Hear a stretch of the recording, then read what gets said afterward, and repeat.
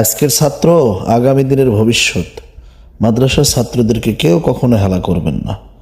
যদি পারেন তাহলে কাছে ডেকে নিয়ে বুকে তুলে নেবেন। দেখবেন এই এতিম বাচ্চাটা আপনার জন্য জায়নামাজে বসে চোখের পানি ছেড়ে আপনার জন্য কান্না করবে ইনশাআল্লাহ। তাই আসুন প্রত্যেকেই মাদ্রাসার এতিম ছাত্রদেরকে ভালোবাসি এবং তাদের মুখে খাবার তুলে দিই।